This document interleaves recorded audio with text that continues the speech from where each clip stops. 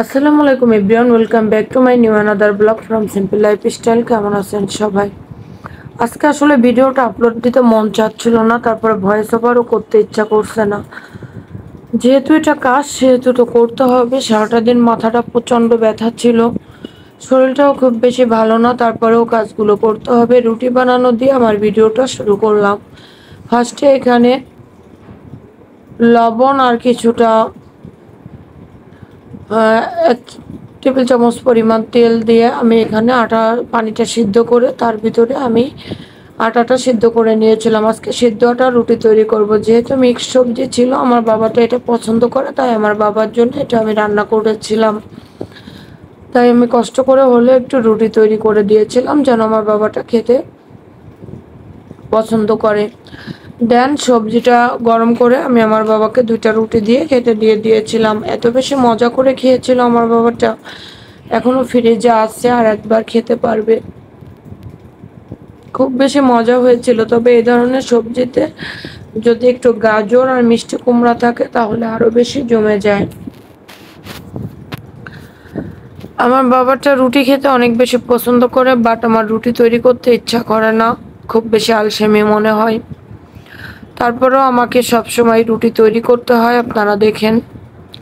দেন এখানে 2 কাপ চা তৈরি করে নিয়েছিলাম। চাটা খাবো আমি আদা দিয়ে তৈরি করেছিলাম। চা না খেলে আমি একটা বেলা চলতে পারি না, তারপরও আজকে সারাটা দিন 1 কাপ চা খেতে পারি নাই, এখন খাবো। ভয়েস ওভারটা করবো আরো 30 মিনিট আগে থেকে, বাট একটু ইচ্ছা করছে না সেই বিকাল থেকে। তাই এখন ভয়েস ওভারটা শেষ করে ভিডিওটা এডিটিং করে তারপরে আমার আরও অন্যান্য কাজ চলে আসছে হাতে, সেগুলো করতে হবে।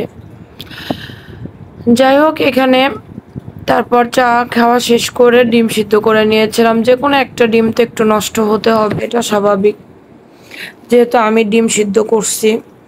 আমার বাবাটা অনেক দিন থেকে বলছিল যে আলু কেটে দিয়ে একটু মাখা মাখা ঝোল করে ডিমের যে তরকারিটা করো তুমি, ওই তরকারিটা একটু রান্না করো, আমি খাবো, আমার কাছে অনেক বেশি ভালো লাগে। তাই আমার বাবার জন্য আমি এখানে সেই ডিমের তরকারিটা রান্না করতেছিলাম। এখানে কিন্তু আমি পেঁয়াজ, কাঁচামরিচ, সামান্য একটু পরিমাণ আদা রসুন পেস্ট নিয়েছিলাম, বাট সেটা হয়তো ওর সাথে আমি করে দিয়েছি, এর জন্য আপনারা দেখতে পান। এই পর্যায়ে আপনারা চাইলে এলাচ, একটু তেজপাতা, দারচিনি ঘ্রাণের জন্য, ভালো একটু স্মেলের জন্য দিতে পারেন, বাট আমি যেহেতু সিম্পল করে রান্না করবো এর জন্য আমি আর দিই নাই।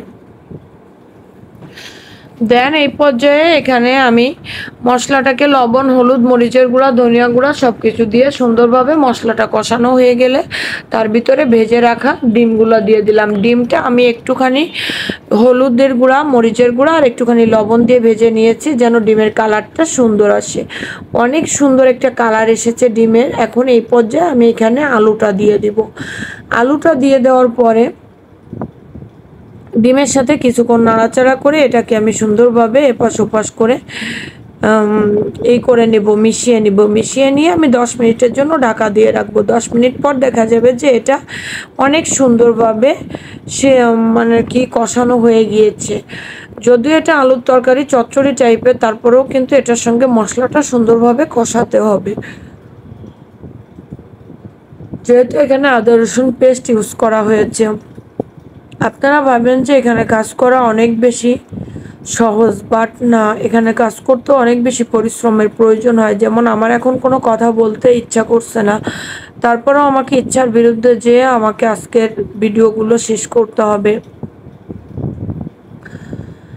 যাই হোক, কিছুক্ষণ কষানোর পরে এখানে আমি 1.5 কাপ পরিমাণ পানি দিয়েছি। যেহেতু একটু ঝোল ঝোল থাকবে, কেউ যদি একেবারে শুকনা করে খেতে চান তাহলে 1 কাপ পানি দিলে হবে। যেহেতু একটু ঝোলের পরিমাণটা বেশি থাকবে, তাই আমি এখানে 1.5 কাপ পরিমাণ পানি দিয়েছি। 1.5 কাপ পরিমাণ পানি দিয়েছি।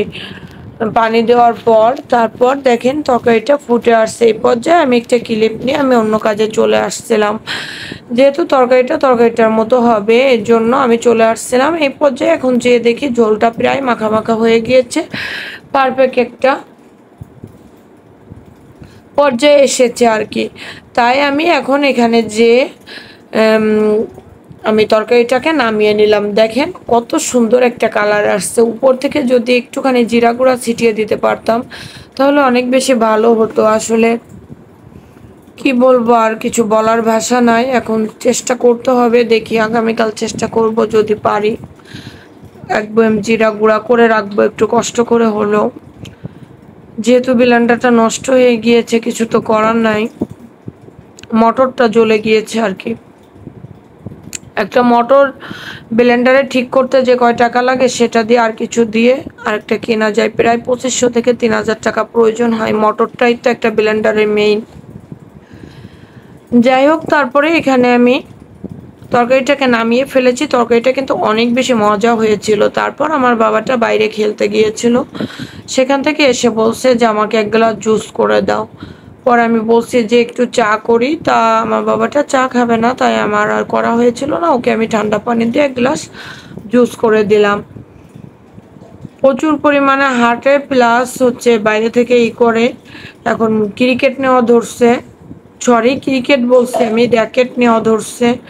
র্যাকেট খেলার সময় এখনো আসে নাই অবশ্যই, এখন 1 মাস পর থেকে মানুষ শীতকালীন খেলা র্যাকেটটা খেলবে। তারপরেও এরা 1 মাস আগে থেকে শুরু করছে। সেগুলো করে আসার পরে একটুখানি টায়ার্ড তো বাচ্চারা হয়েই যায়, এর জন্য ওকে একটা জুস তৈরি করে দিলাম। জুসটা খাওয়া শেষ করার পর ও আর চা খেলো না, দেন এর জন্য আমি ওকে আর গতকালকে রাতে আর খাবার রান্না করেছিলাম না, ভাত রান্না করেছিলাম না। আমার বাবা যেহেতু রুটি খাবে, তাই হচ্ছে আমি একটু লাচ্ছা সেমাই ভিজিয়ে নিলাম। ভাবলাম যে একটু লাচ্চা ভিজিয়ে নিয়ে আমি আর খেয়েছিলাম না আর কি, লাচ্চাটা খেয়ে ঘুমিয়ে গিয়েছিলাম। আর আমার বাবাটাকে আমি রুটি দিয়ে এখান থেকে সেমাই দিয়েছিলাম, আর যে তরকারিটা রান্না করেছিলাম ডিমের তরকারি, সেটা দিয়ে আমার বাবাকে আমি খেতে দিয়েছিলাম। আমার বাবা অনেক খুশি হয়েছিল, কারণ ও 2 বেলা কেন 3 বেলা রুটি খেতে দিলে ও খুশি হয়। বাট এত বেশি রুটি তো খাওয়া যাবে না, কারণ যেহেতু এটা একটা শুকনো তরকারি, এর জন্য এত বেশি খেতে দেওয়াটা আসলে ঠিক না, তাই দিয়েছিলাম না। দেন এই পর্যায়ে আমি সেমাইটাকে সুন্দরভাবে রেডি করে নিয়েছি। নেওয়ার পর এখানে আমার বাবাকে একটু সেমাই বেড়ে দিলাম, রুটি দিয়ে দিলাম, আর হচ্ছে ডিম দিয়ে অনেক সুন্দর করে একটা প্লেট রেডি করে দিলাম। মাশাআল্লাহ অনেক সুন্দর হয়েছিল রাতের খাবারটা। আমার বাবা বলছে এই ধরনের খাবারই খেতে হয়। এই তরকারিটা আপনারাও একদিন চচ্চড়ি টাইপের করে একটু মাখা মাখা ঝোল রেখে ট্রাই করে দেখবেন, আপনাদের কাছেও ভালো লাগবে আশা করি। এটাই ছিল আজকে বলার, আর কি বলবো আসলে ভিডিওতে আজকে আর কথা বলতে ইচ্ছা করছে না। এই পর্যন্ত, আল্লাহ হাফেজ, ভালো থাকবেন সবাই, সুস্থ থাকবেন। নেক্সট কোনো ভিডিও নিয়ে আবারও আপনাদের সঙ্গে কথা বলতে চলে আসব। সেই পর্যন্ত সিম্পল লাইফস্টাইলের সাথে থাকবেন, আর আমাকে যেভাবে আপনারা সাপোর্ট করছেন এভাবে সাপোর্ট করবেন। আপনাদের ভালোবাসা আর অনুপ্রেরণা পেলে আমি আরও কাজ করার উৎসাহ পাবো এবং সামনে এগিয়ে যাওয়ার চেষ্টা করব। ধন্যবাদ সবাইকে।